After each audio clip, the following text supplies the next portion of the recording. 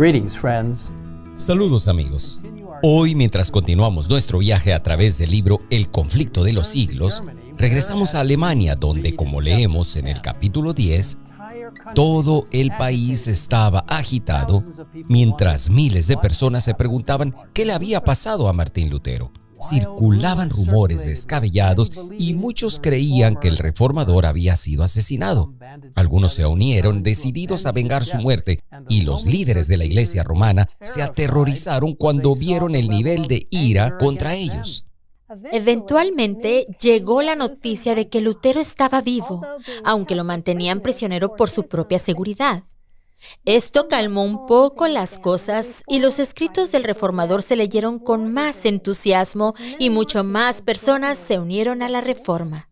Pero Satanás no estaba ocioso y trajo una falsificación para desacreditar la obra de Martín Lutero y otros reformadores, buscando destruir la obra de la reforma.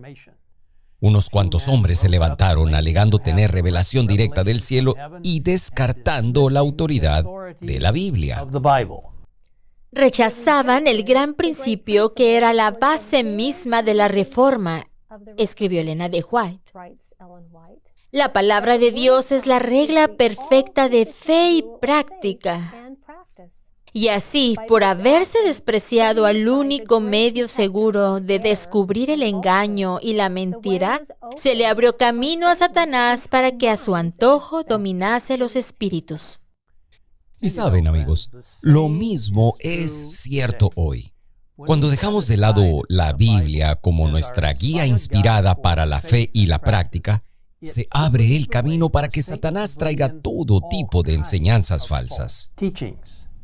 El fruto de estos falsos maestros, que al principio decían ser partidarios de la reforma, pero que se guiaban por sus propios sentimientos y delirios, pronto se hizo evidente. Se produjo el caos, con el fanatismo y la anarquía tomando el control de muchos. Peor aún, se culpó a la reforma de las acciones de aquellos que provocaron conflictos y confusión con afirmaciones de que esto fue el resultado de seguir las enseñanzas de Lutero. Cuando Lutero se enteró de los estragos y la confusión causados por estos falsos maestros, incluso en Wittenberg, el mismo centro de la Reforma, él estaba decidido a dejar su fortaleza segura y una vez más alimentar a su rebaño. ¿No son los vecinos de Wittenberg mi propia grey?, escribió él. ¿No los encomendó Dios a mi cuidado? ¿Y no deberé, si es necesario, dar mi vida por amor de ellos? Esto no fue una exageración. Lutero estaba bajo la proscripción del imperio. Sus enemigos tenían libertad para quitarle la vida y a sus amigos les era prohibido protegerle.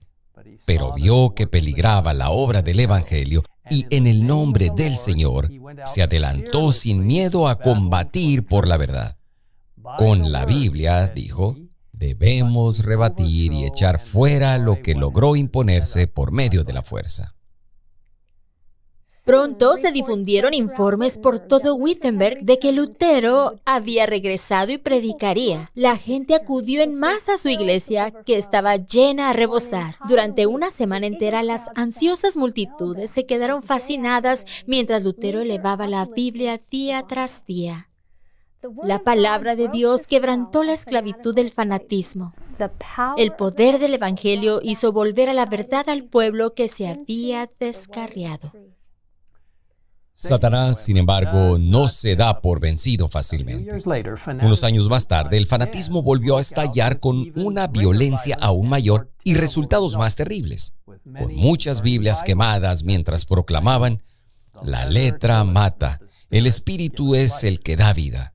Esta enseñanza daba rienda suelta a su orgullo al colocar en realidad las ideas y las opiniones de los hombres por encima de la palabra de Dios. Amigos, cada vez que colocamos las opiniones humanas por encima de la Biblia, podemos esperar resultados terribles. En este caso, siguiéronse las más terribles escenas de sedición y contienda, y los campos de Alemania se empaparon de sangre. Y, sin embargo, se culpó de esta horrible violencia a los reformadores, las mismas personas que defendían la palabra de Dios. Satanás procura constantemente engañar a los hombres y les hace llamar pecado a lo que es bueno y bueno a lo que es pecado. Sin embargo, Lutero continuó defendiendo el Evangelio sin miedo de múltiples ataques, y la palabra de Dios demostró ser un arma poderosa en cada conflicto. Fue durante este tiempo que Lutero completó la traducción del Nuevo Testamento al alemán, y muchos la recibieron con gran alegría. Todos los que sabían leer estaban ansiosos por estudiar la palabra de Dios por sí mismos, y por la noche, los maestros de escuela de las aldeas leían en voz alta a pequeños grupos reunidos alrededor de las fogatas de las casas. Cuando Lutero vio cómo la gente era bendecida al tener el Nuevo Testamento en su idioma nativo, inmediatamente comenzó a traducir el Antiguo Testamento, publicándolo en partes tan pronto como pudo completarlas. Cada vez más corazones se convencieron de la verdad de Dios y se verificó la promesa que se encuentra en el Salmo 119, versículo 130. La exposición de tus palabras alumbra, hace entender a los simples. Esa luz penetró por toda Alemania y más allá para nunca extinguirse.